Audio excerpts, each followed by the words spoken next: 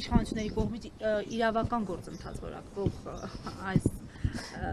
դեպքի միջադեպի առնչությամբ ձեր գնահատականը որն է եւ ինչ սպասել դատարանից ինչ-որ օրինաչափություն կխախտի։ Երբ իրավական պետությունը սպանվում է դիտավորությամբ եւ սպանվել է հրապարակային 2018 թվականի հարթակից հայտարարելով, որ մի դատավորն է, որ իմ ասածը պետք է չանի,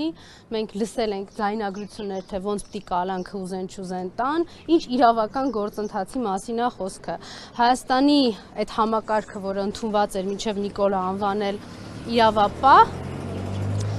այդ համակարգը կորցրել է իրավական եւ բարոյական հնարավորությունը Հայաստանի քաղաքացիներից որևիցե մեկի նկատմամբ ինչ որ գործընթացներ նախաձեռնելու, իրականացնելու, ել չեմ խոսում հետապնդումների մասին։ Երբ որ այ մեր հետևում գտնվող դատարանը, դատական կազմը, դատական համակարգը համալրվում, փոփոխվում է այնպիսի դատարաններով, որոնք իրենց ասելով առանձնացված, մասնագիտացված դատարաններ են, բայց իրականում հետապնդում են արտակարգ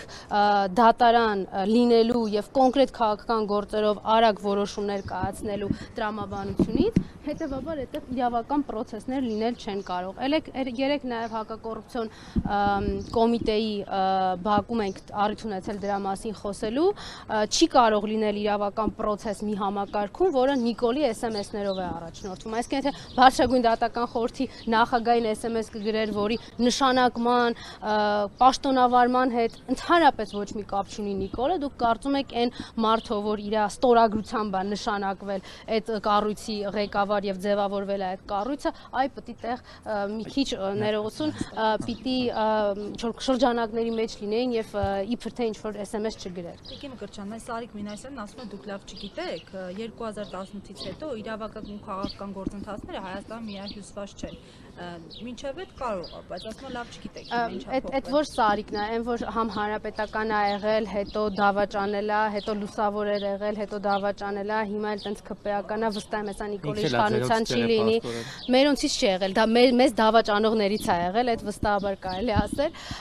Հիմա էլ վստահ եմ, որ Նիկոլին իշխանությունից հեռացնելուց հետո 4-րդ ուժն է ման գալու, այսպիսի բացառիկ սկզբունքայնություն ունեցողին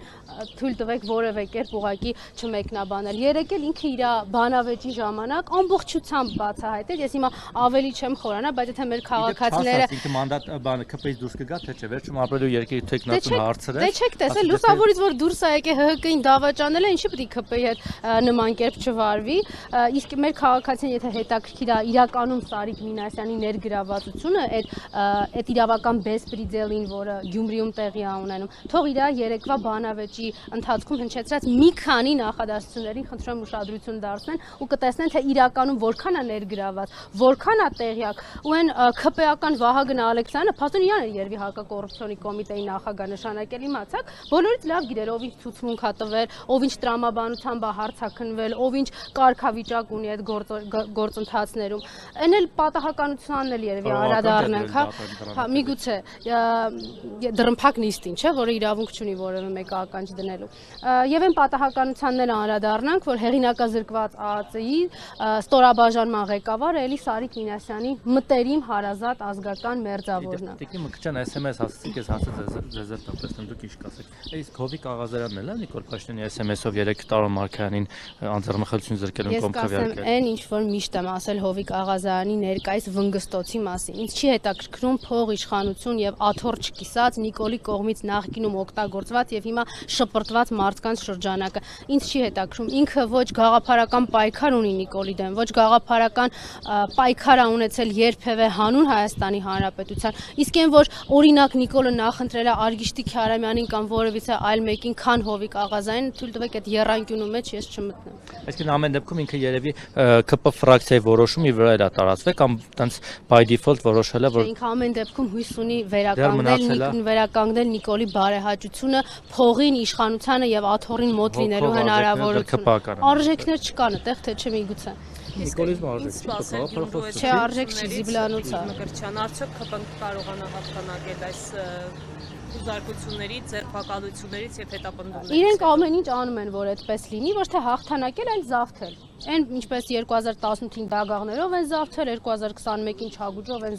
զավթել հանրապետական մակարդակով, հիմա նույնը անում են տեղական մակարդակով, ինչի առաջի քաղաքն է, կամ ինչի են եղել Գյումրիում արտահերթ ընտրություններ, որովհետև ահաբեկել են ընտրված մի ուժի ավականիներին, կալանավորել են շատերին, պարալիզացնելով քաղաքը, այդ մարդկանց ինքը, ես ուղղակի նույնիսկ չգիտեմ, թե այդ ինչ ճնշումներ են գործադրել, որ մարդիկ անգամ ովքեր երեք դեռ զբաղվում էին քաղաքականությամբ, այսօր ասում են մենք քաղաքանց հետ գործ չունենք, մեզ հարց չտաք, հեռախոսների չեն պատասխանում։ Դուք պատկերացնում եք այդ մարդկանց բարեհոգեբանական վիճակը, ել չեմ ասում ֆիզիկական անվտանգության խնդիրը։ Հələ դեռ այս